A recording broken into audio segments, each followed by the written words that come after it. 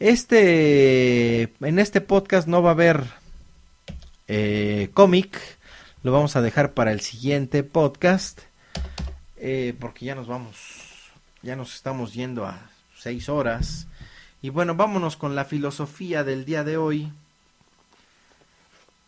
Seguimos con Fernando Savater y con la tarea del héroe, del imaginar. La historia de la actividad del hombre, de la elaboración cultural de su querer es, ante todo, algo que él cuenta y se cuenta, un mito. La imaginación es lo que mejor puede aproximarnos al corazón enérgico de la acción. Es la imaginación la que mientras se cuenta se da realmente cuenta de lo que actuar supone y de aquello en que consisten proyectos, triunfos y derrotas.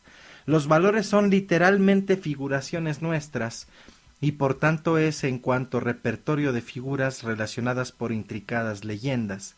Como nuestra intimidad tiene permanente acceso a ello, la biografía de tales figuras no es más ficticia ni menos potentemente real si narra las peripecias de los viejos símbolos arquetípicos que pueblan las mitologías tradicionales, que cuando recurre a personajes abstractos de factura más moderna, Eros y Psige, o el yo y el superyo, Ícaro volando hacia el sol, o la escena originaria, invenciones todas debidas a una misma fábula y responsables ante una misma lógica poética. No hay un único lenguaje privilegiado al que todos los cuentos puedan traducirse y en el que alcancen su subyacente verdad. El concepto desemboca en la leyenda y lo que nos urge a formalizar es informalizable, como señaló pertinentemente Faulkner en una entrevista. Todo el mundo parece haber leído a Freud, salvo Moby Dick. Capítulo sexto. La asunción de la madre. Si oscurezco las pestañas y los ojos abrillanto y agriego escarlata los labios o a un espejo tras otro, pregunto si todo está bien. No es vanidad el despliegue, ando en busca del rostro que tuve antes que el mundo se hiciera. ¿Y qué si contemplo a un hombre como si fuera mi amado, teniendo la sangre fría e impávido el corazón? ¿Por qué iba a pensarme cruel o sentirme traicionado? Quiero que me ame la cosa que fue antes que el mundo que hiciera. W. B. Yeats.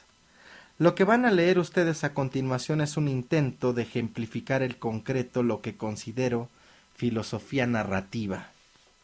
La expresión, como es sabido, proviene de Schelling, quien pretendió por medio de este tipo de discurso romper la coacción teórica que propiciaba el sistema especulativo, cuyo máximo exponente fue Hegel.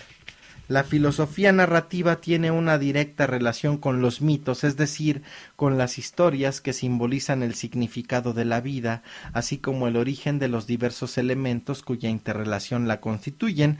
Para los miembros de una cultura dada, lo que interesa de los mitos a este tipo de discurso filosófico son estas 5 características fundamentales que expresamos de modo negativo. Los mitos no son algo de valor puramente objetivo ni tampoco puramente subjetivo. Los mitos no son algo de origen puramente individual ni tampoco de institución exclusivamente colectiva. Los mitos no son creaciones naturales ni tampoco son simples convenciones. Los mitos simbolizan algo, es decir, dan cuenta de un sentido cuya pregnancia estriba en revelarse siempre como parcialmente velado y por ello no pueden ser explicados nunca por completo según criterios científicos, es decir, no pueden decirse de otra manera más significativa, lógica y completa que como son dichos. Los mitos no son pura expresión del pensamiento racional, tal como entienden los sistemas especulativos o la ciencia empírico-matemática, pero tampoco brotan directa o espontáneamente del inconsciente, como por ejemplo ocurre con los sueños o ciertos síntomas neuróticos. Los mitos son lógicos y absurdos, deliberados y espontáneos, expresivos y misteriosos. No voy a entrar aquí a comentar el significado cultural que han tenido las características antes formuladas, según las diversas teorías antropológicas, ni tampoco polemizaré con demasiado ahínco con quien aporte tal o cual complejo mítico, que a su juicio carezca de algunas de tales peculiaridades. Lo importante de los mitos, a nuestro modo de ver, es que proponen un ejemplo de comprensión del mundo que aúna elementos desperdigados en la modernidad por las ciencias, la literatura, el arte o las religiones vigentes. La filosofía narrativa no pretende inventar nuevos mitos a modo de pastiche arcaizante y mistificador, sino elaborar un discurso estilísticamente consistente de características fundamentalmente similares a las 5 arriba señaladas. Un discurso posilustrado, es decir, crítico, que juegue con materiales cosechados en todos los campos significativos de la expresión humana. En el caso concreto del tema que aquí vamos a tratar ahora, se discernirán sin dificultad elementos tomados de Jung y Rank, en George Simmel y en James Hillman, pero también son patentes las aportaciones de varios pintores renacentistas como Paolo Usello, Vittore Carpaccio y sobre todo Tiziano. El motivo mismo elegido para centrar esta reflexión es el siguiente: que todos somos femeninos, pero no todos somos mujeres, que todos somos masculinos, pero no todos somos hombres, o si se prefiere, que sólo en el triángulo formado por la madre, el padre y los hijos podemos enmarcar lo que intuimos del hombre y la mujer. El punto de partida que voy a adoptar es una composición pictórica muy célebre que mereció ser llamado por Canova el cuadro más bello del mundo. Se trata de la Asunción, pintada por Tiziano en 1518 y que ocupa el altar mayor de la Basílica dei Frari en Venecia. La obra puede ser vista como el escalonamiento de 3 franjas netamente diferenciadas. En la superior flota Dios apoyado en 2 ángeles y circundado por un halo de translúcidos querubines, modulaciones apenas entrevistas del resplandor celestial. En la parte central la Virgen María, Madre del Salvador, y por vía de fraternidad cristiana de los hombres todos, sube hacia la gloria sobre un almohadillo de nubes, impulsada y venerada por un cohorte de ángeles. En la inferior los hombres que aún luchan y padecen en este mundo tienden hacia ella sus manos, quizá suplicando intercesión ante el Padre Eterno, quizá en un puro éxtasis de amor. Como es sabido, este cuadro tiene como asunto una de las convicciones católicas más abiertas y combativamente antiprotestantes: la elevación de María en cuerpo y alma al empirio glorioso donde tiene su sede la divinidad cristiana. La cuestión fue sumamente litigiosa a través de los siglos, hasta que en 1950 fue declarado solemnemente el dogma de la Asunción por el Papa Pío XII, acontecimiento religioso al que Jung concedió extraordinaria importancia y que motivó una de sus últimas obras, La respuesta a Job. La Virgen se incorpora literalmente al cielo, aunque no del mismo modo que su divino Hijo, pues mientras Cristo ascendió por su fuerza propia, triunfante sobre la muerte y las leyes terrenales de lo necesario, María fue subida a las gozosas alturas por voluntad de Dios. En el cuadro de Tiziano, la Virgen asciende como montada en una plataforma de nubes propulsada por ángeles, pero también parece ser aspirada desde lo alto por la claridad refulgente que habita la omnipotencia divina. María, la Madre de Dios, fue llevada al cielo, al que no pertenecía por naturaleza propia. Se dulcificaba así la exclusión del principio femenino, que fue sello característico del judaísmo y del primer cristianismo, tal como celebraron Jung y tantos otros. Pero el viejo conflicto no ha sido resuelto, sino que ahora se instala en una nueva fase, pues en efecto, ¿qué ha de hacer María en la casa del Padre? ¿Qué se le ha perdido a ella en ese alto lugar y qué deberá a su vez perder para poder mantenerse ahí? Volvamos al cuadro de Tiziano y caractericemos con mayor detalle a cada uno de sus protagonistas arquetípicos. Arriba el padre, del que lo primero que sorprende es advertir que no tiene cuerpo. ¿Será por eso, será por carecer de cuerpo, por lo que ocupa tan elevada posición? Ya se sabe que el cuerpo es un obstáculo gravoso que tira de nosotros hacia abajo con obstinación indomeñable. Dios Padre carece de ese lastre, no padece el ancla que sujeta lo inferior desencarnado y aéreo, abstracto en suma, su soberana ligereza representa el vértigo racional que ha logrado trascender todas sus limitaciones materiales. El Padre es pura y sola cabeza, desde su gloria radiante y superior se extiende sobre todo lo real, sin encontrar en nada cortapisa para su libre vuelo, es perfectamente autónomo, supremamente libre, se mueve por sí mismo y gracias a su propia virtud, no participa en nada que no sea de su misma naturaleza, pero como bien saben los jóvenes que se aferran a él anhelosamente, es por esencia participable, y cualquiera que lo acepte como supremo Señor gozará de su liberador reconocimiento. Del Padre viene la claridad, el resplandor ilustrado que distingue y discrimina, la nitidez que saca de los objetos de su amalgamiento originario, es la instancia que separa las aguas de arriba de las de abajo, la luz de las tinieblas, crea un orden a partir del caos, divide las diversas funciones productivas de acuerdo con un plan para mejor aprovechamiento de las energías creadoras y jerarquiza bien estructuradamente lo que antes se amontonaba en confusión. De él son las formas y su diverso rango, a él pertenece lo ideal, el proyecto, la meta, el valor, aquello a lo que se aspira cuando sale uno de esa nada opaca, indistinta, donde se encontraba como el agua en el agua, y según la expresión de George Bataille, y suya ante todo es la obra, porque su principal atributo es el de creador. No hay obra sin clara separación entre sujeto y objeto, entre fin y medios, entre plan y técnicas propiciatorias. No hay obra sin herramientas, ni herramientas sin ideas y sin futuro, es decir, sin la impronta de un objetivo cuya consecución deseamos asegurar por todas las mañanas.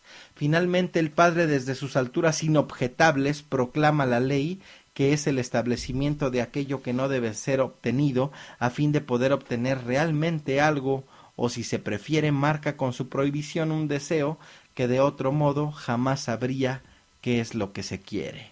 En el centro está la Virgen y Madre, entre cielo y tierra, aspirada hacia lo alto, pero sólidamente apoyada en la repisa que lo trascendental ingenió para ella. Su propia posición de fuga hacia arriba realza más su dominante cuerpo, mientras que el escorzo disminuye y aguza su cabeza. Cuerpo velado púdicamente, pero también inequívocamente revelado por la larga hendidura que forma la misma ropa al abismo entre el misterio de las piernas. Es María la diosa marina, aquella en la que nuestra nostalgia filogenética, si Sandor Ferenczi no se equivoca, busca el mar, de cuya indistinción como el agua en el agua brotamos un día. Es la madre, la mater materialis, la materia, el jirón del que surgimos y del que estamos hechos. No es esa posición central que Tiziano le concede casual en modo alguno, pues ella está centrada en sí misma y a la vez sirve para centrar a todo lo demás. Es el centro del que todo equidista, y esto de una doble manera que a fin de cuentas se resolverá en lo mismo. Por un lado la madre su cuerpo y su fecundidad no lo posee como instrumento u objeto, por otro es aunadora y fundidora de diferencias, no delimitadora de oposiciones, como muy bien señaló George Simmel, contrario así lúcidamente a la concepción freudiana de esta cuestión. La sexualidad femenina es mucho más autónoma que la masculina, precisamente porque se trata de un ser y no de un hacer. Como sucede con esta última, padece carencia en mucho menor medida que la masculina, se reconcilia y se centra en sí misma de modo más espontáneo, mientras que el hacer sexual masculino pena constantemente a la búsqueda del objeto perdido, es decir, vive intensamente esa castración que a la mujer no le afecta más que de modo proyectivo y vicario, la obra de la madre no se distingue de su propio cuerpo, es carne de su carne, no hay proyecto sino gestación, no hay enfrentamiento sujeto-objeto, ni por tanto angustia ante la distancia siempre bostezante entre lo ideal y perseguido y lo real obtenido. La madre detesta todo lo que aísla, lo que separa, lo que independiza o opone, lo que arranca un pedazo y lo sustantiva en detrimento de la compenetración del conjunto, es profundamente social, el calor indiscriminado de su fertilidad no reconoce las tajantes exclusiones de la ley del padre, tampoco avanza con idea alguna de futuro, pues lo femenino es por antonomasia la negación misma del tiempo lineal y la ilusión progresista a que sustenta, en efecto, si la madre trasciende alguna vez su eterno presente, será para considerar el perpetuo ciclo de fecundación, crecimiento y extinción, y es decir, que en lo sustancial se sabe inmutable y en lo individual no puede esperar del futuro nada salvo decadencia y agotamiento, mientras que el padre mantiene el ideal del Cenex, de la conosa madurez sabia en la que la obra alcanzará su cenit, frente a la lucidez razonadora y clasificatoria del padre que posa su mirada sin cuerpo sobre la realidad. La madre es con penetración, identificación instantánea con la entraña misma de lo existente, éxtasis que se arroba sin necesidad de meditaciones, con la claridad que ciega y con la oscuridad que ampara, pérdida en todo caso de límites y definiciones, infinita paciencia, en cambio, ante todo lo concreto. Respecto a la dignidad espontánea de lo corpóreo, de lo que quiere ser lo que ya es y crecer, multiplicarse, sin cálculo ni proyecto, vuelta con fascinación hacia el cielo del Padre que la asciende, parece esbozar la madre un gesto de sumisa protesta ante lo irrespetuoso de su rastro hacia lo abstracto. Y abajo los hijos alzan sus brazos suplicantes hacia la madre, que la voluntad del padre reclama para sí. Los hijos no quieren verse abandonados y la llama del padre está demasiado lejos, demasiado arriba como para ser un consuelo y una garantía de protección, pues el hijo quiere ser indestructible y activo, dueño inmoral del reino de este mundo, no quiere padecer ni perecer, no quiere verse limitado, donado, coartado, pero la ley del padre convierte y el deseo en apetencia del objeto irremediablemente perdido, no prometiendo otra inmortalidad ni otra salvación que la de la otra, la realización objetiva del espíritu. El camino del Padre es vocación, ya llamada de soledad e individuación, mientras que la madre satisface de inmediato, es tumultuosamente comunitaria y no consiente la separación entre cuerpo, alma, vida, obra, poder y querer. Por ello los hijos la miran como una esperanza de recompensa no diferida en el reino del perpetuo aplazamiento o como una amenaza devoradora en la espinosa y virtuosa senda hacia la realización del ideal del yo. Según adopten una y otra de estas dos actitudes, se darán dos modelos de hijo, por un lado el tipo que pintó Tiziano, el hijo de la demanda infinita a la madre, por otro el hijo héroe que pintaron Paolo Uccello y Vittorio Carpaccio, dando mujer al dragón materno. El hijo de la demandada infinita acata a la madre patria como única dueña de la realidad, desconfía de todo aplazamiento en el goce y por ello aspira a fruiciones inmediatas, sencillas, incluso naturales. Hogareño y sensual, gusta de perderse en lo indistinto y comunitario, da razón de cualquier idea por causas sociales o por condicionamientos materiales, prefiere las coloreadas y emotivas imágenes del sueño a la despojada severidad de la razón, supone que todo individuo es orgulloso, toda diferencia es una injusticia y todo razonamiento esconde engaño manipulador. Es el hijo del sentimiento y la compasión, de los amores arrebatados y complejos, pero también el extático vacante de la orgía en la que ninguno de los miembros permanece sobrio. Su gran enemigo es el padre, cuya ley le separa de la beatitud natural que cree tener derecho a gozar y que le impone trabajo y muerte. De aquí su radicalismo político, su perpetua rebelión e insatisfacción ante lo estallido. Ay, ay, ay, su enfrentamiento irreductible de la madre sociedad contra el padre Estado, su melancolía ante la exigencia lógica de aceptar el objeto como lo esencialmente perdido, melancolía que puede llevarle a la desesperación y al suicidio. El hijo héroe, por el contrario, ve en la madre materia el obstáculo para su propia realización como individuo espiritual, revestido de su armadura sin resquicios y muerte, y jineteando su blanco caballo de guerra sale a dar muerte al dragón materno en la boca misma de su cueva matriz. Allí alancea sin otro compasión las complacencias de la carne, los abandonos de la pasividad, todo lo ambiguo y no legislado que hay en la relación sexual, la renuncia a la lógica, a la precisión definida e implacable del concepto, corta las cabezas de la hidra sentimental, del pegajoso humanitarismo y de los placeres al alcance de todos y que no exigen un largo y esforzado camino de autoperfección para llegar a ser gozados. El héroe quiere ante todo él mismo, aspira a convertirse en origen de sí mismo, causa sui Dios Padre, no engendro por madre previa alguna, ni siquiera por una madre a la que luego desposaré como hermana. Quiere identificarse como el Padre,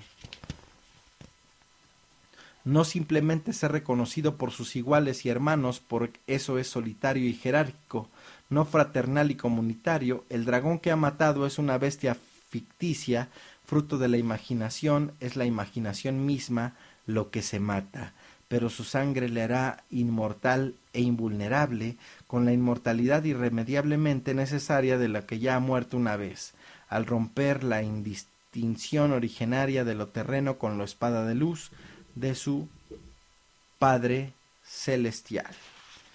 Y bueno, pues esto es todo por el día de hoy. Muchas gracias por seguir escuchando y chéquense los audios del final de este podcast y que nos vaya bien bonito.